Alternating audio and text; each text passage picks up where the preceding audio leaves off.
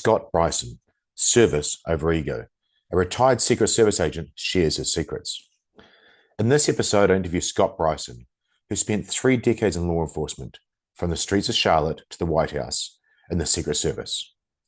He's protected President George Bush on his security detail, been a member of the CAT counter-assault team, and worked all aspects of the Secret Service and international assignments. His core philosophy? Service over ego. The switched-on mindset, calm under stress, decisive in chaos, matters more than size, rank, or background. Protection is about preparation, vigilance, and routine discipline, not Hollywood heroics. Today, Scott applies the same lessons in schools, executive protection, and public education. He emphasizes authenticity, integrity, and the power of words to lead and protect. His advice is simple but actionable. Build situational awareness, carry tools that work, train realistically, plan for transitions, and never forget that survival, not engagement, is the goal. Through his podcast, Beyond the Service and direct outreach, Scott continues to share hard-earned wisdom, offering a roadmap for resilience, safety, and purposeful living. This episode with retired Secret Service agent Scott Bryson is a must-listen for anyone who values real-world safety, resilience, and actionable wisdom. From high-stakes protective work to everyday life lessons, Scott delivers insights you won't find anywhere else. Practical, honest, and inspiring. Whether you're in law enforcement, a concerned parent, or just someone who wants to be better prepared, this conversation will leave you smarter, safer, and motivated. Tune in. You don't want to miss a single moment.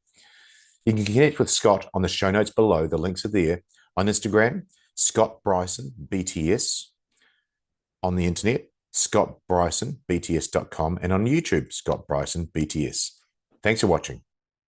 I'm Damien Porter, former New Zealand Special Forces operator, subject matter expert, and the How Not to Die guy. And you're listening to my podcast, Straight Talk, Mind and Muscle. This episode is proudly sponsored by these guys, State and State for Women, because aging is inevitable, but how we age is a choice. State is the ultimate daily formula for optimal health and longevity, backed by clinically proven 100% natural ingredients that's designed to support hormone health, stress resilience, energy, and performance. And I use it every single day. And a special thanks also to my new sponsor, Michael Mason and the Mason Survival Protocol. Links to both of these are in the show notes below. Catch all my past episodes and resources in the notes as well. Thanks for watching. Now let's get into it. And we're live. Welcome to the Straight Talk Mind and Muscle podcast, sponsored by these guys, State. Check them out. They're awesome. And welcome to my guest this morning from the USA, retired Secret Service agent, Scott Bryson. Scott, great to have you. Hey, thanks for having me. It's good to be here. Gosh, I got the intro right. I'm so proud of myself. Dude, you're a true gentleman. You're authentic as hell, but you've held a really high position. We've chatted back and forth. It's been really nice. What a interesting journey you've had. So what I'd like to do is really ask you straight off the bat, 2 questions. Yeah. What's it like to be a Secret Service agent? And what's it like, this is a bit pointed, what's it like to retire and live life now? Yeah, that's a good question. Well, I did that job for 25 years. I was in law enforcement for a total of 30. I started off locally, the police department, and then I found myself at the sheriff's office, so sheriff's deputy, if you will. Mm-hmm. And I did that for about 5 years total, and then Secret Service for 25. So 30 years is a long time to be in law enforcement, I would say. I think that law enforcement should probably be a 20 or 25-year career, much like the military. I don't know why it's 30. It's too long. But nevertheless, that's not the soapbox I want to get on today. But that's just giving you a little background to who I am and where I started. Being a Secret Service agent was wonderful. I mean, it's I'm sure I'm preaching to the choir on this one, but like there's a difference between a job and a career, right? And that was my career. Now, I was very careful to not let that define who I am. I've never been a big guy on titles or walk around with my chest poked out, big, bad, tough guy or whatever. That's just not me. And I think most people that are really true type A personalities that have done a lot of things don't really talk about it. They walk very humbly, but they carry a big stick. And that's always sort of been my motto. But I really enjoyed it. It was wonderful. I was fortunate. I started off in my hometown of Charlotte, North Carolina. I was a police officer in the town over. And so I was there as a criminal investigator for just over 5 years. I was in the counterfeit squad. I did some bank fraud stuff, a lot of white collar stuff the counterfeit stuff was fun. It was more street level stuff, but guns and drugs and real criminal activity in my mind. The white collar stuff was okay. Then I did some protective intelligence stuff. Just over the 5 year mark, I got transferred to the president's detail back in 03. So President George W. Bush was in office. I went to the Presidential Protective Division, spent 6 years there. 3 of those, I was on the counter assault team, which is basically the Secret Service's version of a SWAT team. Mm-hmm. Love that. I missed that camaraderie. I had played college football. I had been a cop. I missed that one team, one fight mentality. Yeah. And I found that there. I found that there, and that was great. After that, I was very fortunate, and I found myself transferred to the London office. We have an office in the embassy in multiple countries throughout the world. We're small. We're not like the FBI. We're very small, but we still have offices strategically placed throughout the world. And I got to go to London and live there for 3.5 years, which was amazing experience for me and my family.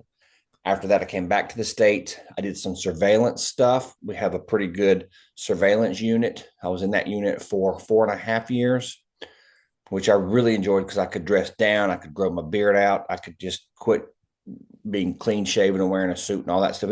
I enjoyed that work. From there, I got promoted, went back to the president's detail when Trump was in 2017. Wow.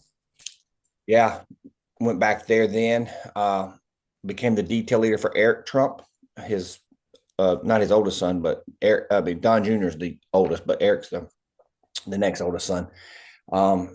Real great guy, just an amazing human being. And I lived in New York for almost a year and a half, taking care of Eric and his family. And then went back to the White House, did some things, and got really tired of the commute, got tired of DC is just a grind. PPD is a machine in and of. When I say PPD, I mean Presidential Protective Division. Sorry, Mm-hmm. government's full of acronyms. But when you're on the president's detail, as you can imagine, it's 24/7, 365, and it's just nonstop. I was in charge of running the White House complex for about 8 months from the Joint Operations Center, the JOC. So I was in the hot seat there for about Wow. 8 months when I went to work every day. Wow. And I'm pretty sure that took years off my life. That was stressful. And so I had enough. I was kind of burnt out. And my wife, we were empty nesters. Our kids were in college. And we put in for Hawaii.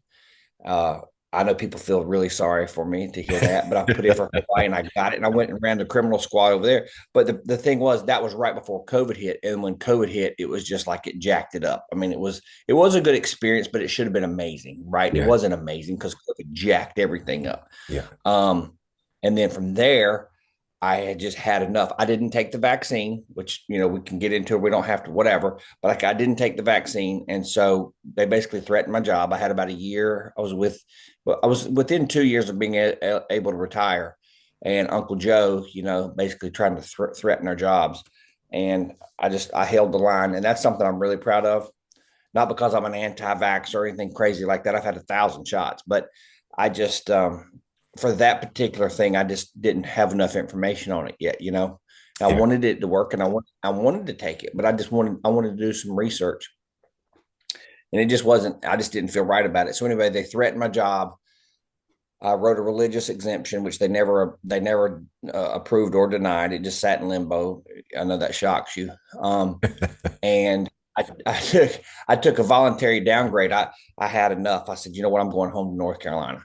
North Carolina, as you can imagine, is a pretty hard state to get to. We have 4 offices in the state, so it's kind of hard to get to. Yeah. But I took voluntary downgrade, so I had worked really hard to get promoted, and then I gave it back 5 years later. I'd had enough, so I went back to being basically an NCO, for lack of better terms, Yeah. which was fine.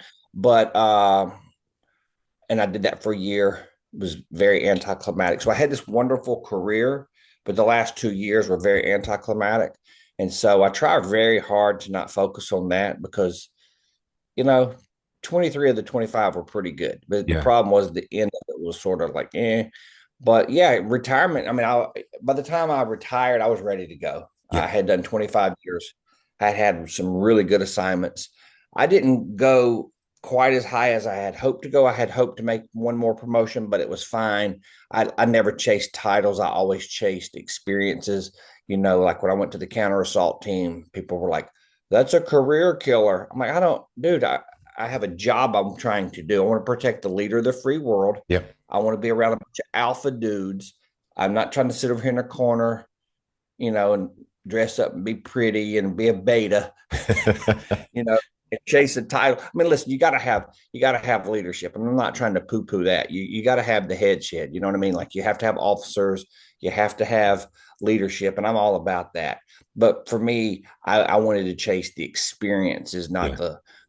not the titles. Anyway, long story long is I retired. It was a little anticlimactic, but I was ready to go.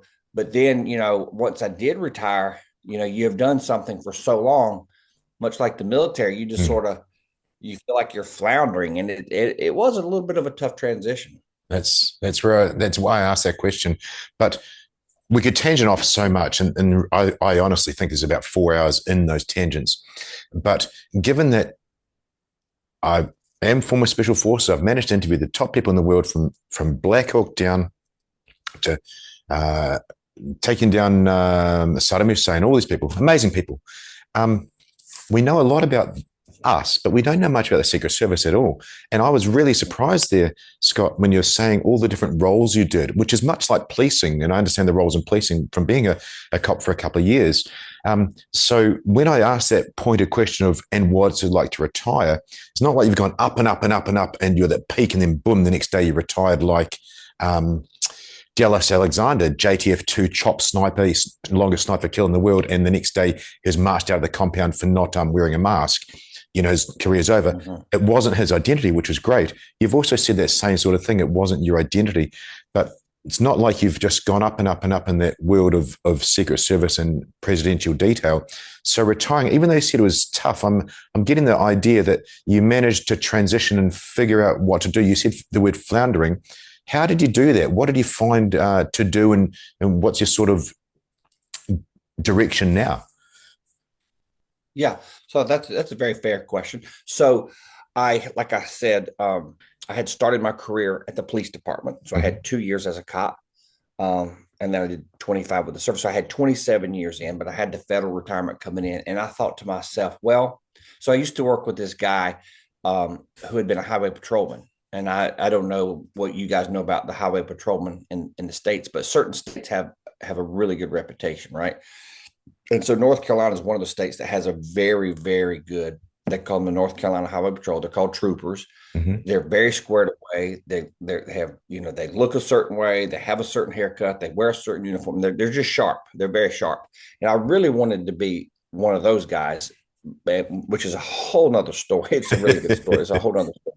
But I thought they're super sharp, right? And I've always wanted to be a part of the best. Like, I can't believe I didn't go in the military. I live 2.5 hours from Fort Bragg. The fact that I didn't Exactly. join the army and try to become SF, there was no war back then. So I give myself a little bit of an out because I just didn't know what I didn't know. Looking back on it as a grown man, I would have loved to have tried to become a SEAL or tried to go SF. You know what I mean? Like, I don't know if I would have made the pipeline, but I would have at least liked to try. Yep. So it is what it is. We all have our own path. But yeah, as far as like separating, I thought, well, my buddy Craig had been a trooper, and now I found out that he was a school resource officer. Protecting the babies, right, at the Yeah. schools, Yeah. because we have these active shooters, which is absolutely ridiculous that you'd have to have a job like that, but you do. And so I'm like, you know what, that sounds pretty cool. So I'm going to take my skill sets, which I'm pretty limited, but I'm good at what I do, but I'm limited. So I'm going to take my skill set of protecting human beings that are maybe political figures I agree with, maybe they're political figures I disagree with, but I'm good at doing that. Yep. I'm going to take that. I'm going to protect the babies. So I went to the sheriff's office and asked for a job because I wanted to get to my. Now, it wasn't like I was just completely holier than thou. Don't get me wrong. I had a, I felt like I could do a good deed for the community, but I could also get that second pension because that 2 years as a cop, it was just kind of flapping in the wind. So I went to the sheriff's office so I could get that second retirement because for law enforcement, you only needed to have 5 years of service. Great. Now, I don't quite have the age, but I have the time. So when I get to 55, I'll get a small pension. It won't be much money, but it'll be something for the rest of my life. So that was kind of my thought process to sort Mm-hmm. of segue out into the real world. And now, of course, like most of my friends, I'm looking for jobs in the private sector, for executive protection work or things like that. And of course, I did have no idea that I was going to start a podcast and do social media nonsense, which I enjoy podcast stuff, like Mm-hmm. interviewing people and being interviewed. I don't necessarily like the Instagram stuff that I have to do, but it's like a necessary evil to drive the people to your channel. Yeah, I And so agree. I'm hoping that my podcast will take off, and I would love to make a living just being a podcast guy, but I will have to see. I'll tell you what's amazing about the plus side of social media. I mean, you and I were this close to connecting in Montana, which Yeah, crazy. blew my mind that we were going to meet up. And I was lucky enough to be able to meet up with so many people from social media, from podcasting, from real conversations. Um, I guess the plus side of social media, and going back a stage, I look up to you. You've got great advice. And of course, every SF guy or people in that world, we look at people and try and take something away from them. So when I'm watching your tips on Instagram, they're brilliant. And really it's for you to know that will save someone's life. They'll see it. They won't tell you because I get the message. I got a message today about it. They'll see something they saw 6 months ago and it saved their life or it's helped them in some way. And your tips are great because they're so authentic. They're so real. The car one the other day, the hotel room one. Yes, it's a necessary evil, as you and I both agree. It's a bit of a bugbear having to do it, but hey, we do enjoy helping people, which is what you into that job to do, to help that president you may or may not agree with, to save that person's life. And now you've gone into the schools as well. So, hey, man, I hope it works out. All I can say is authenticity and helping others is got to come back in some form or another. Yeah, no, I really appreciate you saying that. I mean, obviously, I do. If people ever ask me, "What are your regrets?" Well, I only have a few. I try not to live in the past. Living Mm-hmm. in the past is just it's poisonous, right? But we're human, so we tend to look back. Um, I heard a guy say this one time, so maybe this will help somebody. You're driving your car. What do you guys call the windshield? The screen. Windscreen. What do you call it? Windscreen, yep. Windscreen. Yeah, yeah. So you're driving your car, and the windscreen is big, right? And Mm-hmm. then the mirror is little. Well, some people spend so much time looking up, looking in that little bitty mirror, looking at the back. You got to stop doing that. You got to look forward. Anyway, that's just some free old man wisdom you didn't ask for. But I just I try to do that. And it's easier for me to give advice to people, and it's harder for me to do it, right? Because I'm a human too. But I try not to live in the past. I think it's important to move forward. Um, I've gotten myself off on a tangent here. What was I lost my train of thought. I'm so sorry. Now we're talking about social media and where you're going to Oh, be we're talking going about forward helping to. people. Yeah, yeah. Yeah. Sorry. Duh. Sorry, man. It's the coffee hadn't kicked in. Um, I do want to help people, and Yeah. I don't want that to sound cliche. If it does, it does. I do want to help people, just like I know you do, whether it's physically or psychologically or spiritually or whatever the things are. Like I want to help people. And so I do appreciate you saying that because I look up to, I have a lot of friends in the special forces community too, obviously from the years past, but I regret not being in the military. I think I could have done, I know I possess the intangibles, the Mm-hmm. desire, the willingness to go do it. Would I have had the physical ability when I was 18 or 19 to get through the pipeline? I think I'd have had the physical ability. I don't know if I'd have had the mental capability. It's a big, right here's a big part of it. So now that I'm older and I got this part, the body's gone, right? So, I know that feeling. it's a very special group of people, and I would like to think I would have made it, but we'll never know. But the bottom line is, I really look up to people like you guys, and it's flattering to hear you say that because when I look in the mirror, I just see a 53-year-old dude who's doing the best he can, I get it right, I get it wrong, but I definitely appreciate you saying that because I think we all need words of encouragement because sometimes we do things like sometimes like my buddies, you can imagine like in the community that we're from, like I'm gonna get my balls busted a lot. You know what I mean? It's like, oh, you do this when you go to the grocery store. I'm like, dude, come on. So like I catch a lot of flack from other dudes, busting my chops about safety tips or whatever. But you know, Instagram, they give you your what do you call it? Your algorithms or your data. They break it down, and a large part of my audience are women. Yeah. Believe it or not, like 68% of my audience is women, and a lot of those women are uh, single moms with Yeah. little kids. And so I just want to try to help them because you do have to be situationally aware. And a lot of people walk through life just like this, or they've got their Yeah. nose in their phone. I mean, it's just common sense type stuff, but I just think it helps to remind people sometimes. All I'm trying to do, and I'm sure you're doing the same thing, is just give them a file for their brain to access that they didn't have before. But without going on to that conversation, I want to go back to something you said. You're just a 53-year-old guy. I'm just a 52-year-old guy. What do you think? And I can ask you this question because you're surrounded by people that literally their job is to take bullets for other people. Mm. So it's a bit different than my genre. What do you think about it is about someone like yourself that puts their life on the line? And listeners and viewers, if you don't know what it's like to be prepared to die each day, you need to be thankful for these guys. So, Scott, you are surrounded by those people. And I know you look in the mirror, you don't see yourself as that chest beating guy. That's not what we do. But I'm sure you looked up to the other guys. So, what do you think it is about that bunch of people that's pretty weird up here to want to, let's be real, to put yourself in harm's way? So, what is it about that wants a person to do that for their career, for their job? That's interesting to me. Yeah. Yeah. Well, yeah, it is sort of interesting for sure. It's a good word. Um, Now, I wish I had a Jordan Peterson answer for you right now, or a Charlie Kirk answer. But so those guys, their brains are about that big. But um, I think it's innate. I think it's Yeah. just an intangible thing that you're born with. You have it or you don't have it. Just Mm. like I coach high school football, right? And some guys are just they're over there, I say built like Tarzan, play like Jane. I mean, they're big, they're strong, they're chiseled up, they look like $1 million, but they're scared to death to hit somebody. I mean, they could be destroying people on the football field, but it's inside, it's in here, I don't know where it is, but it's internal, and they don't Mm. have it. You can't teach it. And then you got this little scrawny 180-pound kid who looks like he couldn't fight his way out of a wet paper bag, and he's destroying people because he's an animal inside. And I think it's a mindset. I think it's genetics. Just like some people are 6'2", some people are 5'5". I think it's just a God-given genetical thing that's inside of us that you just can't. I don't think you can coach it. Now that's a fact. I didn't have a real outline for this show. That's a fact, listeners, because the Trump assassination attempt proved it.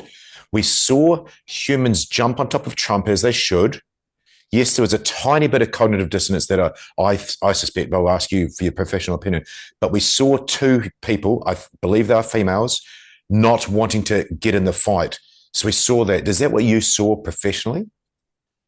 Yeah, I did. And I know it's funny because I've become friends with the one guy. His name is Nick. And I'll give you his name. I'll give you his first and last name offline. In case you want to get with him. You would really like to talk to this guy. Awesome. Um, he's still active duty service, so he's got to be careful because, NDAs and all the stuff, right? Mm-hmm. So, but he does talk about stuff. But so I think I'll try to hook you up with him if you want to. Thank you. Awesome dude. But basically, um, and DEI is a thing. I don't know if you guys deal with that down there. We're still in there. We seem to be behind the eight ball on your progression. Like you've gone the other way, which is great politically, and when it slowly trickles in. So we're still just coming to grips with that's just not common sense. Well, it's and I don't want to beat those girls up. Listen, they've been put through the ringer. I mean, the proof is in the pudding. Like, here's what I say on my podcast, and you've probably heard me say it: the standard is the standard. Okay, when you went through special forces selection or whatever, Mm-hmm. and made it like they didn't care.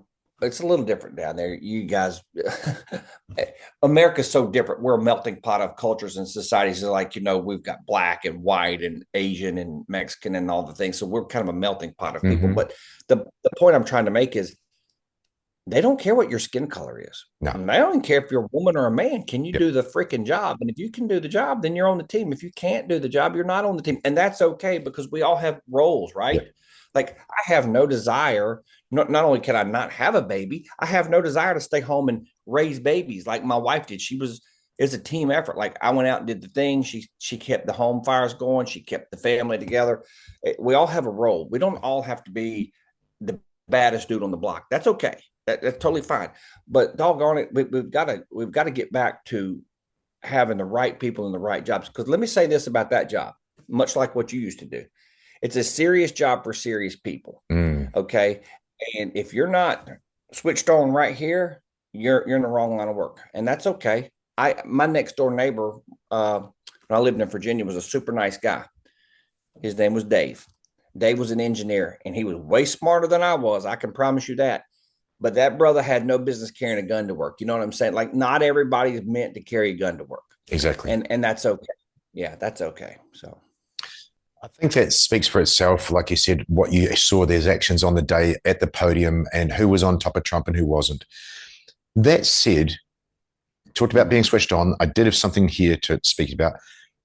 What's a day in the life of a Secret Service agent protecting?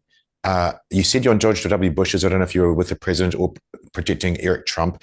What's a day in the life of a Secret Service agent doing a protective detail look like to us that you can speak of? Now, I must contextualize that. I should have done the start. What's great about people like us, we're very easy to say, hey, I can't talk about that. So you're not forced into anything. But what's a day in the life look like for you? yeah, no, that's good. It's very different, right? It's very different than the movies. Like there's the heist. I don't know if you've ever seen. Have you ever seen the movie In the Line of Fire with Clint Eastwood? It's Clint old. It's Eastwood. from the So have we got a Rene Russo moment? it's like I love that guy, but it's like it's not all sexy. It's not all glamorous. You know Yeah. that, but it's like it's a 24-hour day operation. So there's Mhm. three shifts. It's funny. People used to ask me, "Do you get days off?" Well, heck yeah, I get days off. I'm a human being. I'm not a robot. But like, you have a shift, of I don't know, 20 or 25, 30 dudes. So only so many guys can work because you have to have fat built in for days off and Mhm. travel and leave and all the things. So there's a method to the madness, but without getting into all that, you have a X number of guys, so only a handful can work because other guys are doing different things. But it's 24 hours a day. There's a guy like right now. It's 6:30 local Eastern here in the States. So there are people at the White House right now. They met for a briefing about an hour ago. So Mhm. about 5:30 in the morning, you go to briefing. By 6 o'clock, you're on post. And Mhm. so the midnight shift goes home. And so you work like we call it 6 to 2, 2 to 10, 10 to 6. And so it's just revolving and rotating. But like when you're doing, so those are kind of how the rotations work. So guys come in and guys go home, but you don't go home until you're relieved. You don't just get to leave. Well, it's 6 o'clock. It's time to go home. Bull crap. You got to get relieved first, right? You don't just leave. So, um, some days we called it ring around the oval. You'd be at the White House, you'd get the daily briefing schedule, and you'd look at it. And if he wasn't going anywhere, if he just had a bunch of office time, it was going to be a long, boring day. Although that wasn't what you wanted to do. Boring is good in the Secret Service because nothing's happening. Unlike the military, where you guys are the aggressors, we're playing defense. So, of Yeah. course, you know that a reaction is much slower than an action. So, we're Very always much. on defense. And so boring can be good. It can be long, but that's what you want. But yeah, so it could be anything from showing up at the White House and just being there all day and just pushing. We call it pushing post, just pushing post. Have a little bit of downtime to check email and get something to eat. But and I can't talk about numbers. I mean, Yeah, of I just course. obviously can't talk. But like, there's X number of dudes and there's X number of posts, and then you just take turns, and then there's some fat built in where you can, check email, do paperwork, work on your advances, eat, whatever, things like that. And then there's other days where it's super busy. You might fly out of the HMX. The Marines would land on the South grounds. He'd get on and he'd fly over to Anacostia, and he'd get on Air Force One, and you're off and running to Chicago or wherever you're going. So those travel days were fun. Like the day trips were really fun because it it never got old. I will have to say it never got old because you would go to work, but you're going to the White House for work. So your office is the White House, and you do your thing, and you would fly out, and then you would fly back, and you'd go home. And day trips were the best because you were in your own bed at night, Yeah, awesome. But your mode of transportation was Air Force One for the day, so it wasn't terrible. I flew to Australia one time. This is way back when Bush was in office. We had flown out to California to meet. He was doing something. He met with Arnold Schwarzenegger when he was the governor of California. Yeah. I worked that trip, and then we flew to Australia. Um, and so to fly to Australia from America on Air Force One is probably the way to do it. It's pretty comfortable. It's pretty Hell yes, comfortable. it's a long flight that I can attest to a few times. Following on from that, a classic question that people get asked on these types of shows: what's an EDC? What's an everyday carry that you can speak of for a Secret Service agent protecting a principal? Sorry, mate. Let me do this real quick. Sure, no problem. Get clocked in real quick. This is so aggravating. Okay, done. Good man. So if you're following on from that, what's an EDC, an everyday carry that you can speak of? Let's leave the sensitive things out. What's an everyday carry that a Secret Service agent has when protecting a principal? So when I started the job, of course, you got a sidearm. Well, we carried 6 hours, which I really liked. I think back in the day it was the 228, which was a 9mm. Then a few years later, we switched over to the P229. Mm-hmm. So it's a 357 round, but it was a good gun. But it's kind of big and clanky. I mean, I had that gun for 20 something years. It's like, come on, guys, I mean, I like SIG. Don't get me wrong, I love SIG, but like that gun was a little old. Of course, I see all these episodes on Sean Ryan where he's handing out SIGs to his guests. So, like, if Sean Ryan wants to interview me and give me a SIG, I'll take it. Awesome. I'm sure it's tricked out, but the 229 was a good weapon. It was just big and clunky. It's a big clunky gun, but it was very it performed well. And then of course, when I started the job, you'll think this is funny. So when I started the job, they had Uzis. We still had Uzis. Wow. That's Bro, spray and pray. I'm like, what is this thing? It was odd. And it's, I'm not a barrel sucker. I don't know that much about. I mean, I know how to shoot, but I can't get into the nomenclature so much. But I do remember it fired from like an open. I think it was an open bolt. Yeah, that's firing not good. system. It was like it was weird. It was weird. And then we switched over to the MP5s. Beautiful, beautiful. And we kind of got a little bit more up to speed with the MP5s. And then, of course, when I went to the counter assault team, we had M4s, and we had Colt back then. When I started, it was Colt M4. I really love my Colt. But like with anything, they got bid out or whatever. So we switched over to Stoner, and I didn't really want to move, old dog, new tricks. But hey, the Stoner was a good weapon too. I love the Colt, but the Stoner was just as good, I thought. M4, and for your audience who may or may not know, like the difference between that and, like the AR platform, we had the capability of going to full auto, which of course anybody that knows anything about, you're not going to be on full auto very often at all, right? That would be like very rare, but you did have that capability.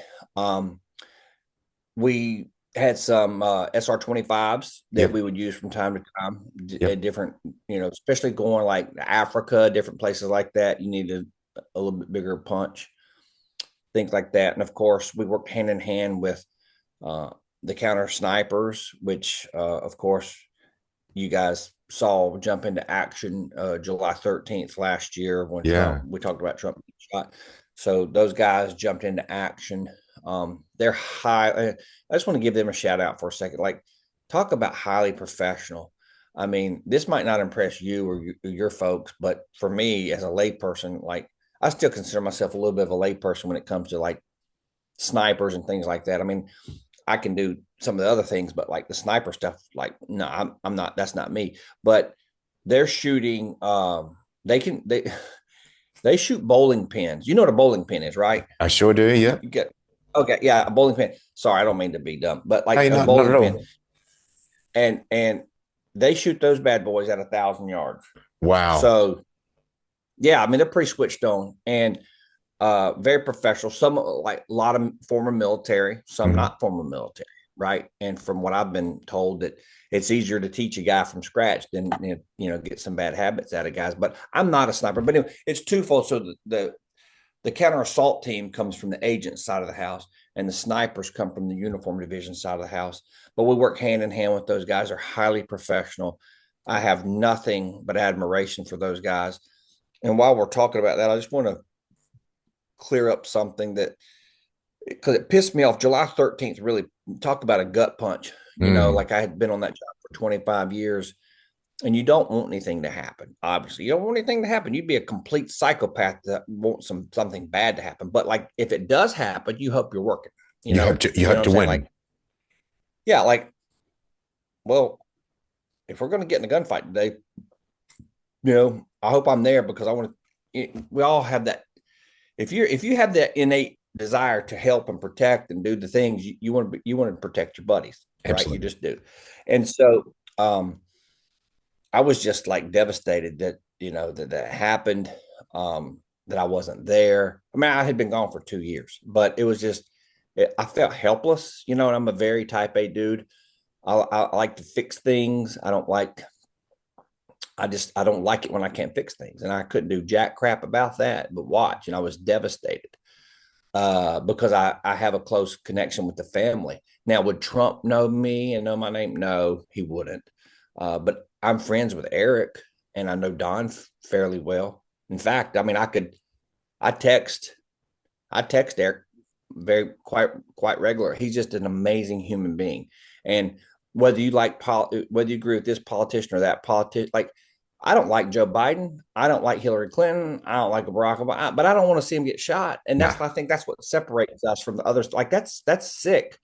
And that's someone's dad. That's someone's grandfather. That's someone's wife or daughter, whatever the case is. It's like my heart just went out to the family because like Eric and Laura and their kids, which are Trump's grandkids, were sitting at home watching that junk on TV.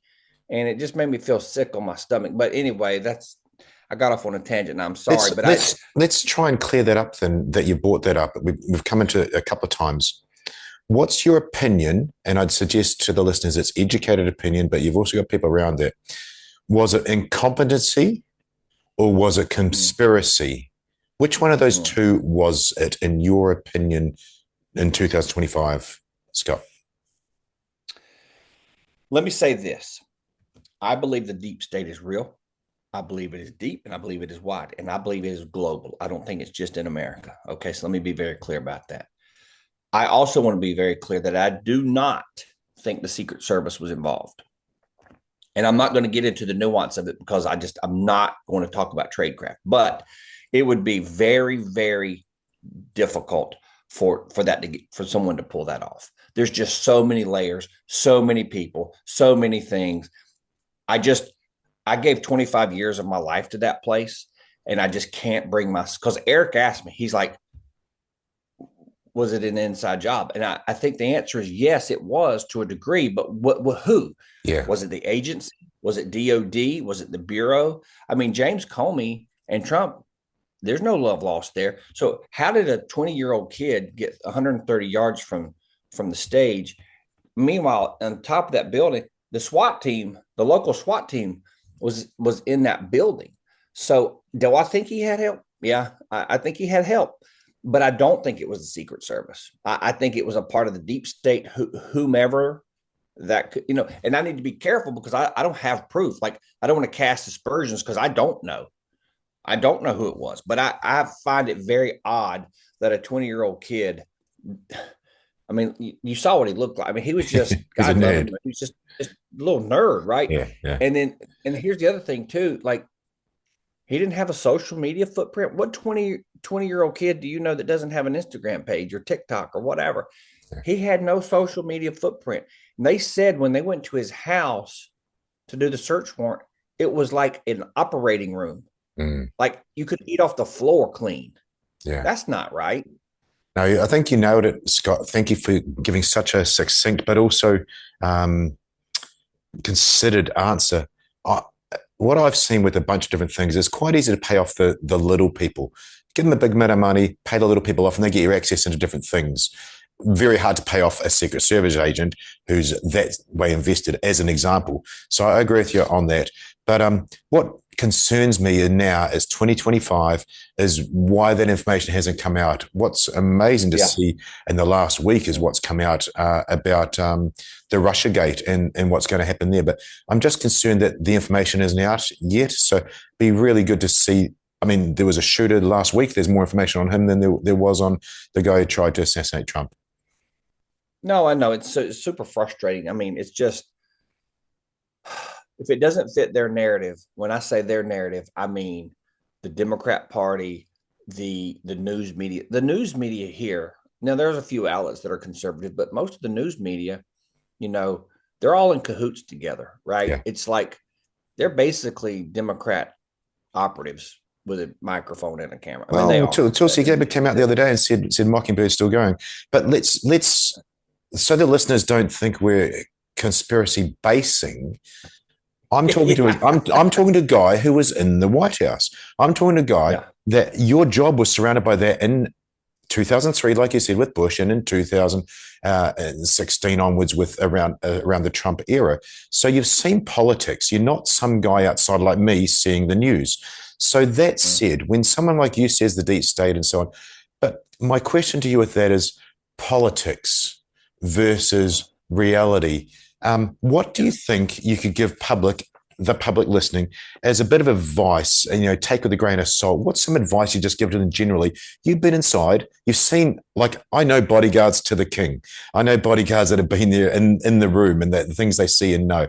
So what's your advice generally that you can give to give people a bit of confidence, or even give them a bit of a reality check, maybe give them a bit of tough love about politics?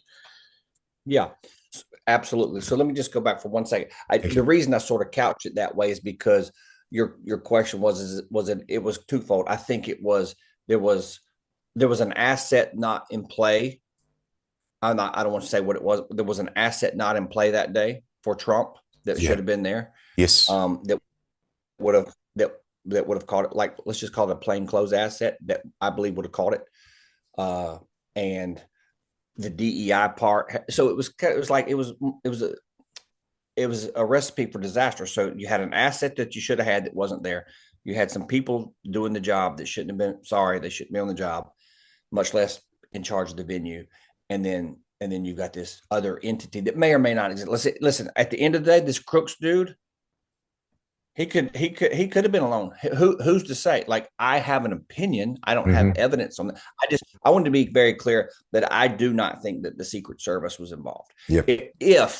If another entity was involved, perhaps. I mean, anything's possible. I mean, he could have been acting alone. He could have had help, but I don't think the help came from the service. That's all I was trying to say. No, But and you said yeah, that very well. Thank you for going back and confirming it.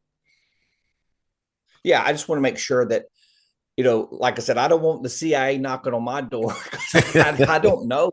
I don't know, but I have an opinion, and I think it's okay to have an opinion, but I don't know, right? So I Mm. want to just be very clear about that, because he could have been alone. But um, I, now I'm sorry, you got to repeat yourself because I've got myself all Easy. jacked up, making So, sure I got that. yeah, and look, just looking at politics as a whole, what's either something promising you could say to people looking at politics from the outside, because you got the inside scoop, as it were, on politics in general, or what's some tough love? What's a real kick in the pants you need to know, that the public needs to know about politics? Yeah, I think that let me work it backwards. Politicians are human beings, and um, they're going to make mistakes. They're just going to make mistakes. And one of the things I've tried to explain to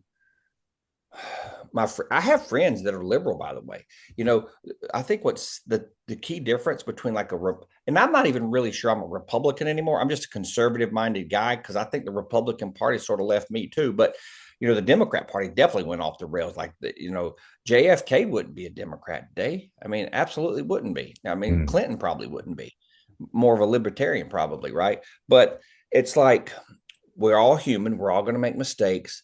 Um, the thing about it is we have to have confidence that the system works, because if I vote for you and you don't win, that's okay. We'll get them next time, as long as it's fair. I just want it to be fair. But there was no Russia collusion. Like the thing that the other side of the aisle does really good is they blame and they point the finger and they blame the other side, my side, for things that they're actually doing. The Russia here's what separates us. If Trump had done any of the things they said he did with the Russia collusion stuff, I was like, get him out. I'm a Trump man, but I said get him out.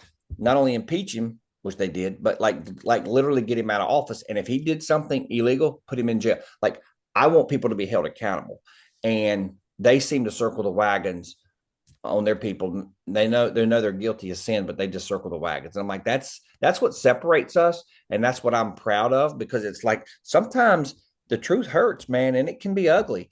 We all make mistakes, and if your guy screwed up, then he's got to be held accountable. It's that simple. That's the way I see it. But to give you hope is like I think that people, whether it's in America or New Zealand, wherever you are, I think people have to have a little confidence in the system, like that it's not rigged. If it's rigged, then that we're just wasting our time, right? So I think that we have to make sure that there are uh, technology's made it hard too, right? Because I don't know how these machines would get hacked, but we have to have assurance that the system is fair. And like I said, if your guy wins this time, great. And if your guy doesn't win this time, like your person is going to be in office about half of your life, right? I mean, it's not going to be perfectly 50-50. It might be 60-40, but unless you're going to go to a one party system, then I don't know what people expect. Yeah, it's interesting. You've said the word rigged a few times, used the word rigged, and the evidence is just pretty clear now that things were rigged very badly, and it's going to be interesting to see if people are going to be held accountable criminally over the next few months. Pretty amazing to see it come out. Phenomenal to see what's being told about the CIA and FBI there with what Tulsi Gabbard has released as facts. So interesting times, my friend, especially given where you've come from. But let's push on to something a bit more positive, because really that's what attracted me to your channel. You're super positive about what you teach, which is at the core of it, keeping people safe. And look, I don't agree with politics. When I wasn't in Afghanistan, but if I was in Afghanistan, I don't agree with that. But I'm sure as hell going to protect you because you're beside me because the bad guy's shooting at me, right? At the core of it, your skill set, as you stated near the start, is protecting human lives. So, what are you doing now? You've been a Secret Service agent for 25 years, law enforcement, both before and after. What are you doing now, helping protect people? We touched on Instagram in the podcast. What's your direction now with that outside of the police or law enforcement world? Yeah. Thanks for asking. I've got the podcast. It's Scott Bryson Beyond the Service, for your listeners if they're interested, which I'm sure you're going to let me plug at the end. But it's all my handles are the same. Scott Bryson BTS, which just stands for Beyond the Service, all the socials. But basically, what I'm trying to do is I'm trying very hard, because I'm a human being and I'm flawed just like the next guy. And I want to be very clear that I don't think if you come off as preachy or pretentious, people don't like that. I think you get more bees with honey than you do vinegar, right? So I try. The world is a dark place, and it's scary, and it can be mean and ugly. But there's still some good. There's still some good left in this old world, and I'd like to think that I'm a part of that, a small part. I'm no. Uh, I have no desire to be a politician. I'm never going to be like a household name or anything like that. Don't want to be, but I want to have whatever my sphere of influence is. I just want to speak life into people because the tongue is a very sharp sword and it's like the rudder on a boat, right? So it doesn't take much to make it go left or right. And we can either speak life into people or we can speak death. And the world's a nasty enough place. It doesn't need me out there spewing hate. So what I want to do is I just want to try to help people, whether that's with a safety tip and maybe just, oh, I didn't think about that, or yeah, I know that. That's obvious, but just a nice reminder. Um, I'm a Christian. I am not perfect by any means. Trust me. Ask my wife. I'm a knucklehead, but I do want to spread the gospel. But I'm not a preacher. I'm not a theologian. I don't have a degree in that stuff. But I also believe that if I get on here and I just thump the Bible all the time, that's going to be a turn off to people too. So I think what I try to do is I try to show that I am genuine. I'm a lot of things. I'm a lot of bad things, but I don't think I'm a hypocrite. I definitely do not want to be a hypocrite because once you lose, your integrity, you've lost. You have no platform, whether it's coaching high school football and trying to have an impact on those young men or on social media. Well, like once you have lost your integrity, it's over. So I don't want to beat people over the head with what I think, what I believe, but I want to show them, hey, this is another option. And you may gravitate toward it, you may not, and that it's that simple. I just don't really know how it's going to shake out, but I'm just one day at a time. So That's how we learn as the SF mentality is we just look at things and go, oh, that's an option. I might use that. That's another file I can take away. Or you're not going to poo-poo something. But you spoke about integrity. I think that's the word you used. Tim Kennedy, perfect example. I sure as hell do not want to ever have to fight that guy. He is one of the best fighters in the world. He was a UFC guy. Don't put me in a ring with him. I will get creamed.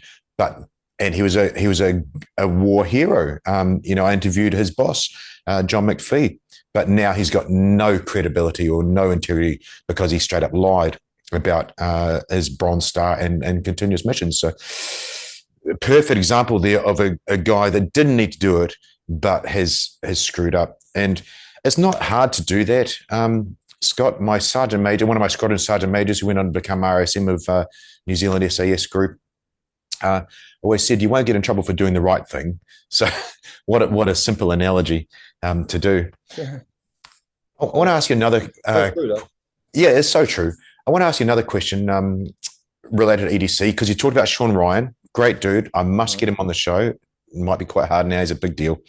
But his big break was his EDC pocket dump on some small show and millions of views. So what does a retired Secret Service agent carry in his pockets and on his person every day? You mentioned you go to the grocery store. What are you going to roll out of carrying on your person? What are you got going on safety wise and EDC wise? Yeah. So a little different here in America. We have the Second Amendment. So like pretty much a lot of people are carrying, these things with them. I don't leave the house without it. I just don't. I'm and it's sort of sad that you have to live in that mindset, but that's the world that we live in, man. It's just it's a little different over here now. So I always, if I'm not at home, I have my little friend with me, and we transitioned to the Glock right before I left the service. They finally went over to the Glocks. I did the SIGs. SIG's an amazing gun, but we just didn't have the right one, so we switched over to the Glock 19. So I started carrying a Glock 19. Really like it a lot. It's a nice mid-sized gun. But then when I retired, I bought myself a Glock 48 because it's a single stack. It's a Yep. little thinner. So I like to wear an appendix, so it's easy to get to and it's thin.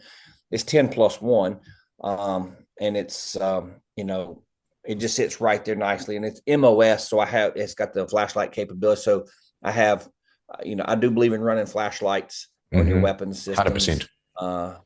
Yeah, I mean, what's the point if it's dark, you can't see? So anyway, I run a flashlight on on my Glock 48 and my Glock 19. I love those two. I have different guns, but those are my two favorites. Always have to have some type of pocket knife. Any self-respecting man has a pocket knife on him, whether it's to, cut a seat belt if you're pinning a car, or open something, cut something for your wife or whatever. Hmm. So some type of blade. And I'm not like, well, it has to be this type of knife. No, I mean, I lose sunglasses and knives all the time, so I have a couple of expensive knives, but I don't have to have a Benchmade. I don't have to have a Spyderco. Like, I know some guys are like, I have to have this. Yeah. Man, I'll carry anything as long as it'll cut something. And then what I'm because I have a flashlight on my pistol, I don't necessarily carry a flashlight, in my pocket, but I do have in my go bag. So when I take a road trip, like my mom and dad live about 2 hours away. So when we go up to see my mom and dad, I'll carry my go bag, which has an extra knife, like a fixed blade, an extra flashlight, and of course, multiple magazines, in case, some knucklehead tries to mess with us on the road or whatever. So, Hmm. but I meant to say this, and I know your audience may disagree with this, and you may disagree with it. I don't even carry a spare mag. So I carry my mindset is I carry my pistol with me. I have 11 rounds. If I'm getting gas or I'm eating dinner or I'm at a movie, whatever, I'm just, I have that as a last resort self defense to protect my wife and me so we can get off the X, and I'm going to take care of business, and I'm getting off the X and I'm calling 911. I'm not there to fight. I'm there to survive. So Exactly. I've had to carry so much stuff for so long that when I'm off duty, I don't want to carry a mag. I don't want to carry two spare mag. Like when I go to work, I carry all kinds of crap. But when I'm off, I've got my little smoke wagon and I've got 11 friends. And if that doesn't do the trick, then that's on me. But my mindset is to survive, not to prolong the fight. Of course, it's a bodyguard mindset. I interviewed, you may actually know him, Gary Fahey. He was uh, head of the Prime Minister's detail here in Australia for Kevin Rudd. So federal police and head of the bodyguard team there, close protection team. And he said the same thing. We're not there to fight. We're there to run away. Our job is to run away. Your job was different. You had the counter assault team, which is to stand and fight while the bodyguards, and I'm using generic terms Yeah. for listeners, while the bodyguards can run the president away because you're supposed to run away. Same damn thing for your wife and kids. I love your attitude Uh-huh. there. You've shown a real self-defense attitude, not a chest-beating ego attitude and dumping mags.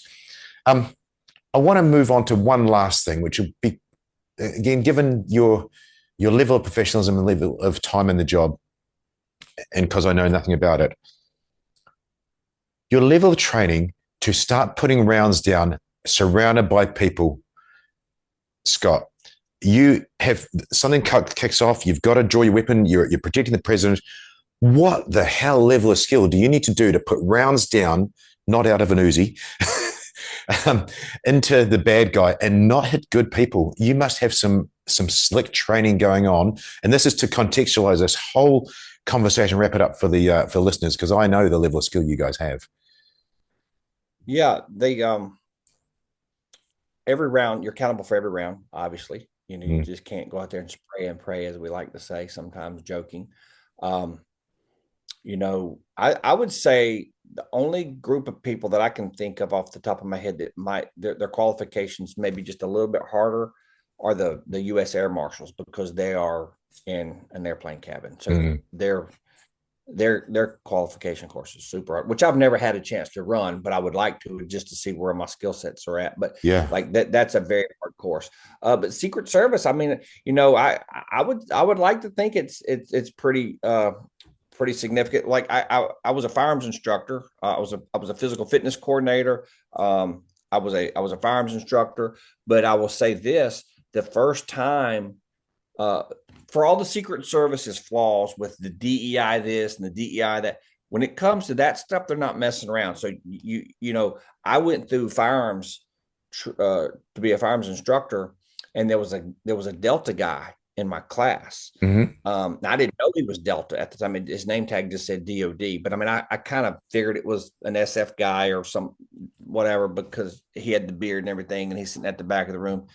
And I'm telling you, that bullseye course was super freaking hard, and I didn't pass the first time, and I washed out. It's a 2 week. I think it was a 2 week course, and on that first Friday, you have to you have to pass this one particular bullseye course, and that thing it was mostly here. Yes, it It is. was a hard, but it was. I was like, I just couldn't do it. I kept barely missing, and I just got messed up in the head. So I washed out, and I was embarrassed. I was mad, the whole thing. So a few years later, I find myself on the counter assault team, and I asked to go back, and they let me go back, and I passed it the second time. But it was, I mean, I felt like I was in good company. It was a Delta dude in the back of the room. So, although he passed it and I didn't. So, It's hard work. I just really want to put that out there for the listeners. To be able to do your job of eliminating the bad guy without hitting the good guys is insanely hard. The rounds we put down in counter terrorist and hostage rescue for an NZSAS were phenomenal. You wouldn't believe the amount of rounds that we do. I mean, I remember 4 of us put down 4,000 rounds in one day once out of a pistol. The triggers broke. The trigger springs broke on those things. I'm sure it did. Yeah. Hey, look, I know you got a hard time to finish up, so I want to say thank you for your time. A true gentleman, like I said at the start, has been only just touching the sides of what you do, but absolutely positive with what you do. You walk your talk, both in your safety tips and staying in shape and doing what you do. Where's the best place? And it's in this narrated show notes at the start. So you've already got it, but where's the best place to find out or just to get in contact with Scott and jump on what you do? Yeah, thank you. It's Scott Bryson Beyond the Service. That's our podcast. We're over right now, primarily on YouTube. We are starting to put some stuff on Rumble, which I have been encouraging my team to kind of push some stuff over there. We're on Facebook, Instagram, TikTok. I mean, I don't really like being on some of those platforms because I feel like I'm a little old for that stuff. But you have to push it out to get the people over to your channel. But yeah, that's where we're at. Scott Bryson BTS, and you can DM me. Obviously, I have an email. It's Scott Bryson Biz BIZ Scott Bryson Biz at Gmail if you're interested in asking me a question or whatever. So Scott Bryson Biz at gmail.com and all the other socials. Thank you. And that is a perfect place to end. The reason I say that is Kagan Smurf Gill, F-18 Super Hornet pilot, ejected at the speed of sound, just prior to the speed of sound, and at 50 Gs sideways. That dude is a phenomenal human. I can't believe he's still alive. He was a guest, the last guest on the show. And I've just finished his audio book, and he's saying, go to this place to get this, go, thank you to this guy. And he said, and if all that else fails, message me direct. And he means it. And you just gave out your email address. Again, that's a true sign of someone wanting to help someone, true authenticity, Scott. So I appreciate your time and I appreciate you coming to the show. And I hope this has helped someone that needed to hear it. And I hope something that you have out there is going to help someone in the future as well. Well, thank you for having me. I'm sorry it was so hard to get together, but we do live a world apart. So I'm glad it worked out finally. Absolutely. I know you got to go. So thank you so much for your time. I'll hit pause. We have a quick chat. Thanks for watching. I'm Damien Porter, former New Zealand Special Forces operator and former Australian police officer, and your podcast host. Please check out my new project at hownottoDieGuy.com, where I teach everything you need to know to both males and females, at-risk populations, schools, kids, and the elderly for self-defense, situational awareness, and all-round skills that every good person should know. Thanks for watching.